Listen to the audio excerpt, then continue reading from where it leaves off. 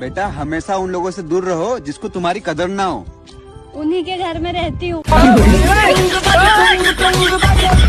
सब यही कहते हैं कि अपने सारे दर्द पति के साथ बांट लिया करो, लेकिन पति को दर्द बताने का कोई फायदा नहीं। अगर पत्नी कुछ कह भी दे तो उसकी तरफ कोई ध्यान ही नहीं दिया जाता।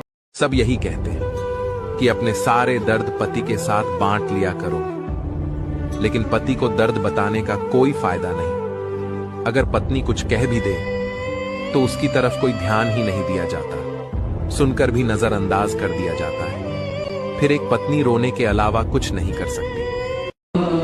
कबो भगवान मिली तो उनकरा से जरूर पूछब कि दिल भी तू बनावला और नसीब भी तू ही बनावला, फिर काहे जो दिल में बा वो नसीब। माँ बनने के बाद तो खुद के मरने का भी डर सताने लगता है, क्योंकि हमें पता होता है कि हमारे बाद में हमारे बच्चे को कोई नहीं पूछेगा। क्यों, सही कहा ना? दोस्तों, मेरी ये 9 बातें मियाँ बीवी की जिंदगी को बदल सकती हैं। नंबर 1, किसी भी बहस को अच्छे से खत्म किए बिना कभी भी रात को सोने ना जाए। बेशक पूरी दुनिया को नजरअंदाज कर लें, मगर कभी भी एक दूसरे को नजरअंदाज मत करें। अगर दोनों में से कोई बहस में कौन कहता है कि शौक और जिद सिर्फ माँ बाप पूरे करते हैं? अगर हस्बैंड अच्छे हो ना तो शौक भी पूरे होते हैं और जिद भी। जिन औरतों के पति साथ खड़े रहते हैं, सपोर्ट करते हैं, अपनी पत्नी का पक्ष लेते हैं, बस वही औरतें ससुराल में सुखी हैं और महारानी बन के खा रही है। वरना न जाने कितनी सारी औरतें ऐसी हैं जो सिर्फ अपने बच्चों के लिए जी रही हैं, और कुछ ऐसी हैं जो लाज शर्म के मारे जी रही हैं, और कुछ ऐसी हैं अपने माँ बाप के लिए जी रही है।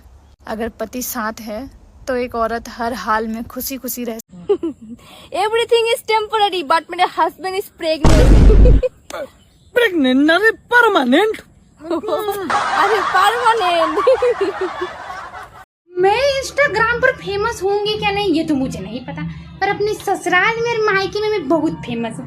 फलाने की बहू वीडियो बनावे, तोर कलेजवा काहे फटो, तोरो बहू बना लो जो हो मुआ बना। मैं इंस्टाग्राम पर एक बात पूछनी थी। पूछो। ये जो आपको बार बार गुस्सा आता है वो पैदल आता है या ट्रक से आता है? कौन कहता है कि शौक और जिद सिर्फ माँ बाप पूरे करते हैं? अगर हस्बैंड अच्छे हो ना तो शौक भी पूरे होते हैं और जिद भी।